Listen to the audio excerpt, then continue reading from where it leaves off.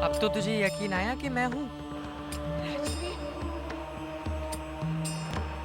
राजनी आंखें खोलकर देख, ऐसा पावन मौका फिर नहीं मिलेगा।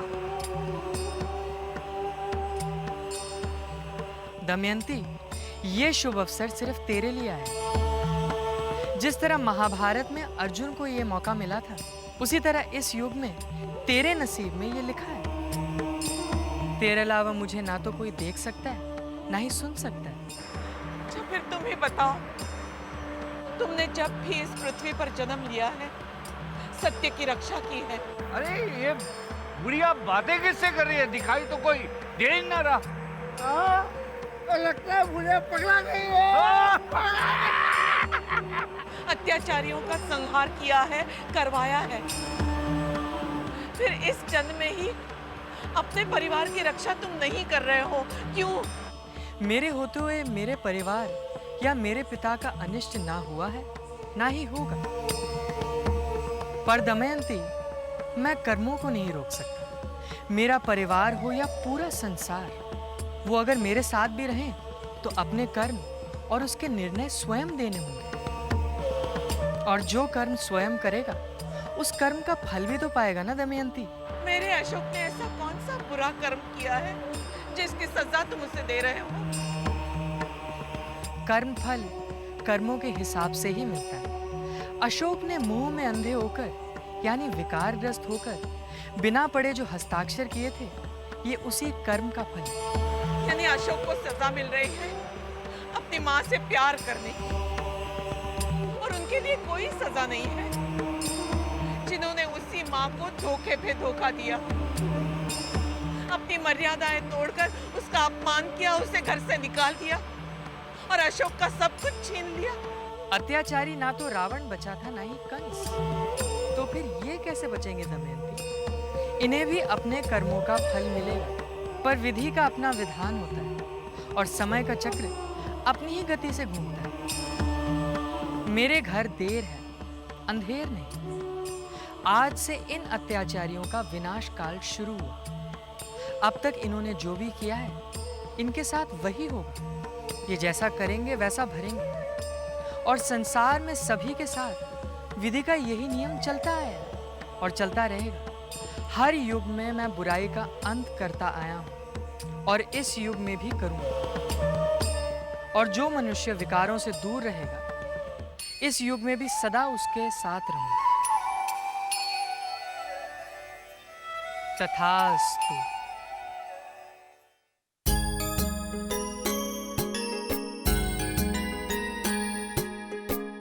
पाप बढ़े पापी बढ़े, बढ़े जो अत्याचार, मुक्ति दिलाने जगत को प्रभु लेते अवतार, प्रभु लेते अवतार, प्रभु लेते अवतार। तेज रोशनी किसकी थी? यहाँ कुछ दिखाई नहीं दे रहा। हाँ, कुछ पता ही नहीं चला। हाँ, किसकी होगी? वो रोशनी नहीं, आपकी तबाही की आग थी, और उसकी तपिश भी आप बहुत जल्दी महसूस करेंगे। अच्छा, ये भी पागल हो गया। ये बुढ़िया के साथ पागल हो गया। दोनों पागल हो गए। अब आएगा मजा। यू नो कमलेश, करोड़पति बन गया रोडपति। नैनं छिन्दन्ति शस्त्राणि नैनं दहति पावकः, न च ऐनं क्लेदयन्त्यापो न शोषयति मारुतः। पंचम, पंचम, पंचम, कहाँ रह गए थे तुम? मैं कब से तुम्हारा वेट कर रही हूँ। और दादी और मासी कहाँ हैं? टीना दीदी, मौसी और दादी बिल्कुल ठीक है, और दादी को मैं मौसी के पुराने बंगले पर छोड़ के आ गया। पुराने बंगले पर? लेकिन क्यों? वो क्या है कि ताऊ जी और चाचा जी ने हमें अपने घर से निकाल दिया।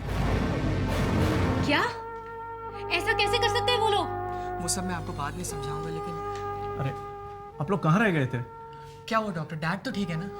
देखिए वैसे कोई बात नहीं है, लेकिन जो मैं आपको पैसे के लिए बता रहा था। डॉक्टर साहब, हम पूरी कोशिश कर रहे हैं पैसे का इंतजाम करने की, लेकिन देखिए आपके ऑफिस के स्टाफ के मिस्टर मल्होत्रा और बाकी स्टाफ लोगों ने पैसे जमा कर दिए।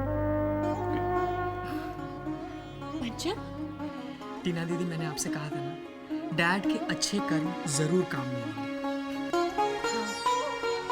एक तरफ ये लोग हैं जो पराया होकर भी मुसीबत के वक्त अपनापन जता रहे हैं, और एक तरफ अपने लोग जो अपने होकर भी पराया से सलूक कर रहे हैं।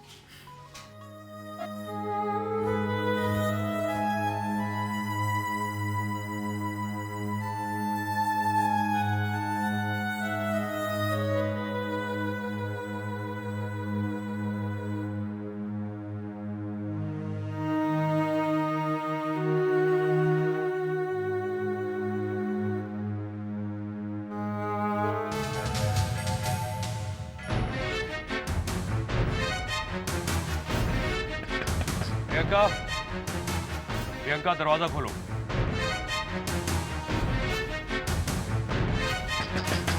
प्रियंका बचपना छोड़ो, दरवाजा खोलो।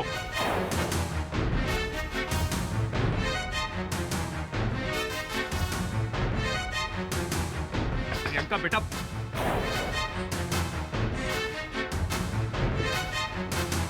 प्रियंका कम से कम बात तो बताओ क्या है।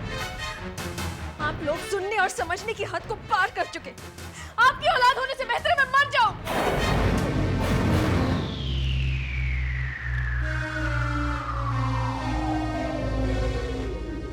पंचम, क्या हुआ? कुछ नहीं दीदी।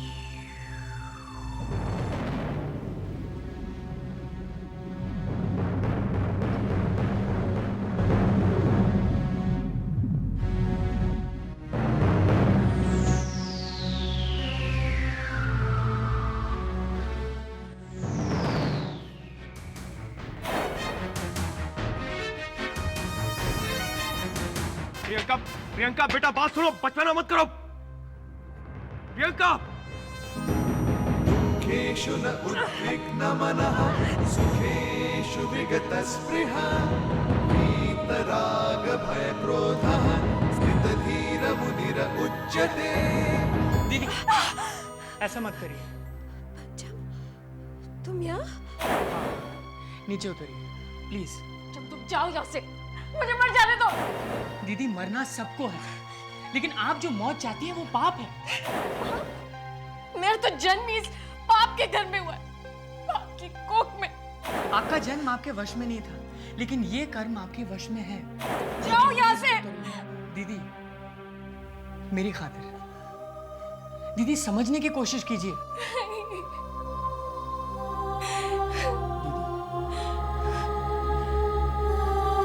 चलिए दीदी।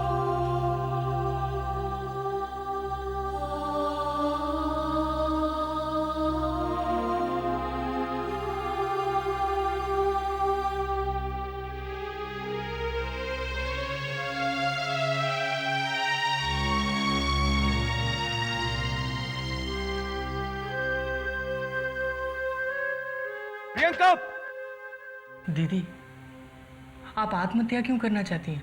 प्रियंका,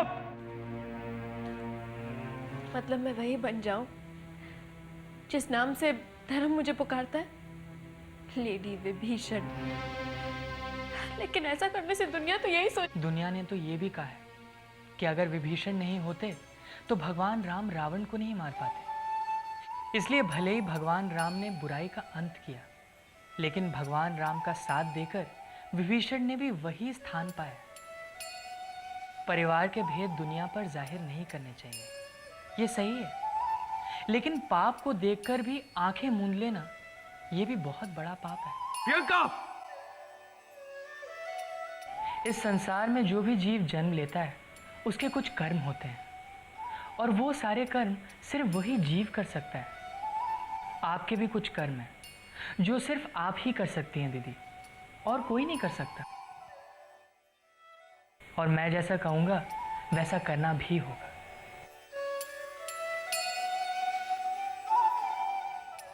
नमित, अरे बड़े भाई आप कहाँ जा रहे हो? प्रियंका अंदर आत्महत्या कर रही है। अरे तो दरवाजा तोड़ दो ना।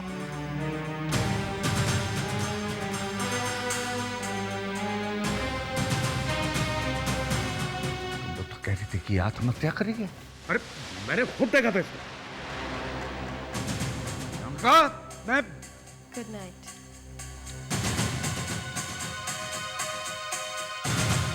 बड़े भाई, इस लड़की के तेवर मेरे समझ में नहीं आ रहे। कुछ करना पड़ेगा। पंचम, पंचम, पंचम,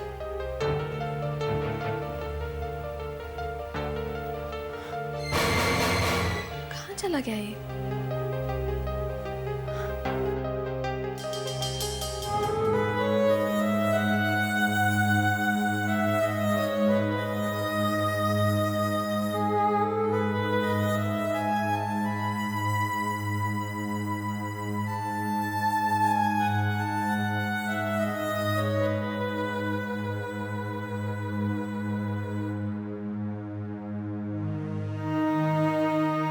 देखिए, हार्ट अटैक से तो ये करीब करीब उबर चुका है।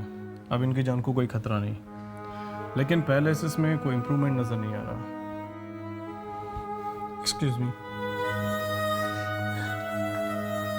पंचम, ये क्या हो गया? टीना दीदी, ये सब विकारों का नतीजा है। भले ही विकारग्रस्त सही, लेकिन इन्होंने अपनी माँ से प्यार किया है। अगर ये एक विकार है तो उन्हें उसकी सजा मिल चुकी है। अब ये सजा क्यों?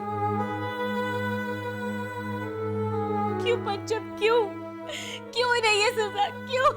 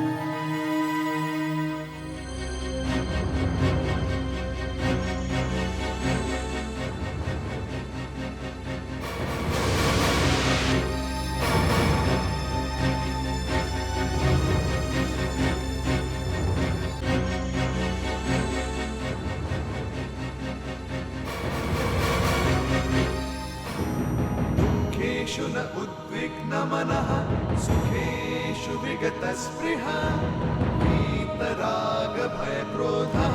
स्थितधीरमुनिर उच्यते।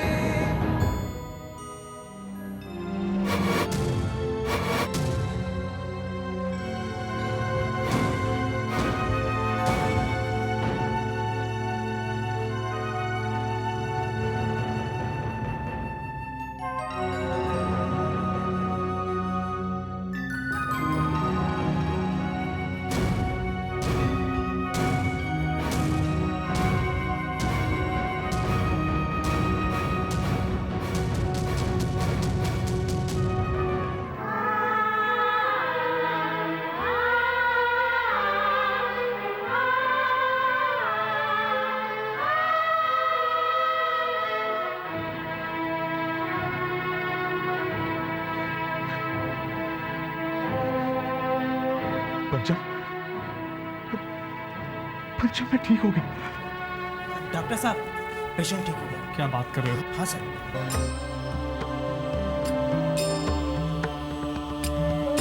पंचम बेटा, मैं बिल्कुल ठीक हूँ। अरे डॉक्टर साहब, ये देखिए मैं बिल्कुल ठीक हूँ। I can move my hand now. I am absolutely fine बेटा। पापा, साइंस चाहे माने या ना माने, लेकिन आज मैं एक बात मान गया, दुनिया में भगवान है और चमत्कार भी होता है। All the best, take care. Thank you very much. Thank you doctor. ये तो ठीक हो गए। अब बारी है उनकी। उनके बारे में सोचना पड़ेगा। सोचना छोड़ो बड़े भाई, मिट्टी डालो अशोक के ऊपर। शायद तू ठीक कह रहा है। बिल्कुल गलत।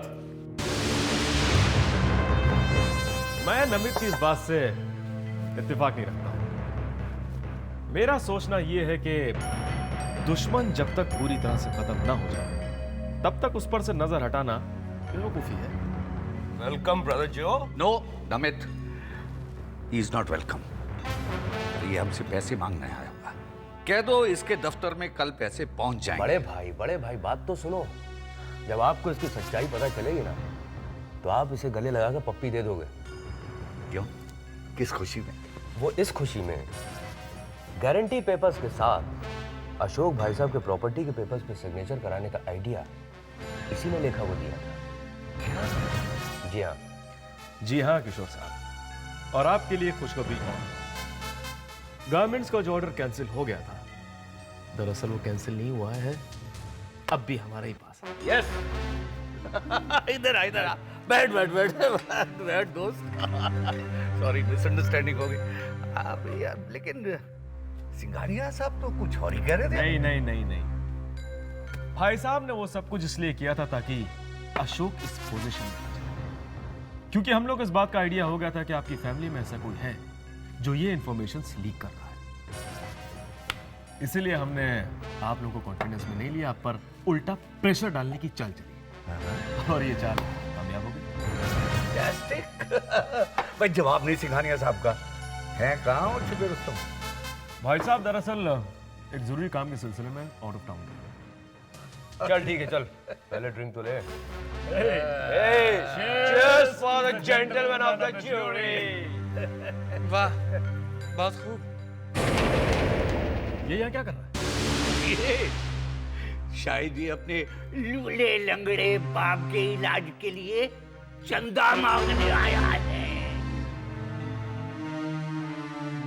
बेटा पंचम, अब हमने दान धर्म करना बंद कर दिया है। No charities please.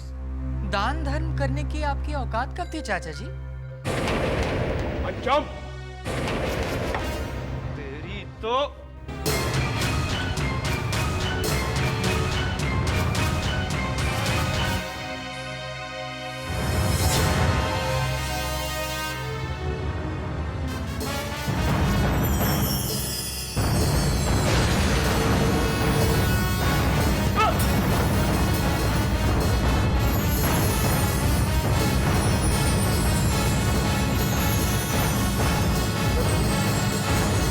अब आपके हर वार का ऐसा ही जवाब है। क्यों? तुम हमें डराने आए हो? नहीं, आप लोगों ने हमारे साथ जो भी किया धोखे से किया। आज से एक नया महाभारत शुरू हो, जिसमें तबाही आप लोगों की होगी।